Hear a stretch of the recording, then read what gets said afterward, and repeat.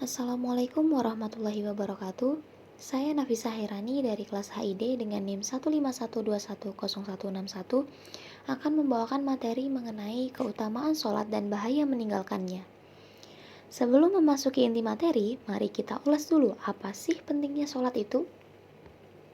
Sholat merupakan rukun Islam kedua setelah syahadat, yang berarti kewajiban pertama manusia setelah menyatakan diri sebagai orang Islam, dan merupakan ibadah yang paling utama dibanding ibadah-ibadah lain karena Allah Subhanahu wa taala perintahkan langsung kepada Rasulullah SAW sebagai kewajiban orang muslim. Jadi tidak akan berguna segala amalnya melakukan ibadah yang lain apabila sering meninggalkan sholat wajib. Adapun dalil mengenai perintah melaksanakan sholat yakni dalam Quran Surah Al-Isra ayat 78, A'udzubillahi minasyaitonirrajim.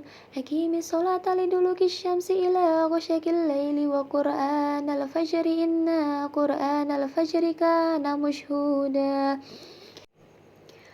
Ada pula dalil yang kedua dari Quran Surah Hud ayat 114 dengan bunyi, Wa aqimis sholata tarafan nahari wa zulafan minal lail innal hasanati yudhhibna syai'at dzalika dzikra lidzakirin. Kemudian kita masuk ke inti materi, yakni keutamaan dalam sholat. Apa sih maksudnya dan apa saja keutamaannya? Keutamaan berarti keistimewaan, yang penting, utama, yang terbaik, atau kecenderungan untuk melaksanakan tindakan tertentu.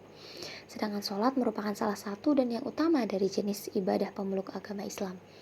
Jadi yang dimaksudkan di sini adalah keutamaan sholat merupakan kepentingan atau keistimewaan dalam menjalankan ibadah sholat, atau dapat diartikan juga sebagai kebaikan apa saja yang kita dapat dan untuk apa kita melakukannya. Lalu apa saja keutamaan itu? 1. Sholat berjamaah 27 derajat lebih baik daripada sholat sendirian.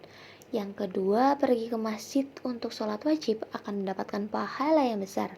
Yang ketiga, disiapkan tempat di syurga. Yang keempat, sholat berjamaah mengangkat derajat seorang hamba dan menghapus dosa. Yang kelima, sholat pada awal waktu jadi amalan yang paling dicintai oleh Allah Subhanahu wa taala. Yang keenam, masuk pintu syurga. Banyak menegakkan sholat, maka dia akan dipanggil dari pintu sholat. Yang ketujuh, laki-laki yang terpaut dengan masjid dinaungi oleh Allah Subhanahu wa taala di hari kiamat kelak. Dan yang kedelapan, sholat menjadi cahaya di dunia dan di akhirat. Dan yang kesembilan, didoakan oleh malaikat. Dan yang terakhir, pintu surga adalah sholat. Setelah mengetahui bahwa sholat sangatlah penting dan banyak keutamaan di dalamnya, maka meninggalkannya hanyalah membawa kerugian dan malapetaka. Allah Subhanahu wa taala berikan hukuman bagi orang-orang yang suka melalaikan sholat sejak ia masih di dunia hingga ia di akhirat.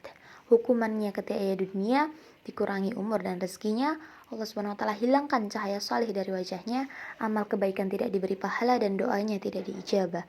Ketika ia mati, matinya dalam keadaan hina, matinya dalam keadaan lapar dan haus.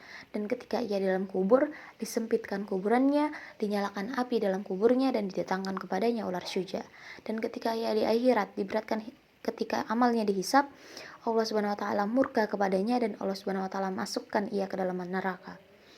Kesimpulannya, sebagai hamba Allah Subhanahu wa taala sudah seharusnya menjalankan segala perintahnya, menjauhi segala larangannya agar tidak terjerumus ke dalam bahaya. Oleh karena itu, baiknya kita sering-sering berdoa agar selalu dijauhkan dengan hal-hal yang dapat menghambat ibadah kita dan dijauhkan dari siksa dunia, siksa kubur dan siksa akhirat. Amin ya rabbal alamin. Oleh karena itu, ingatlah selalu untuk menjaga sholat. Walaupun kita bukan orang baik, kelak sholat itulah yang akan membuat kita menjadi lebih baik.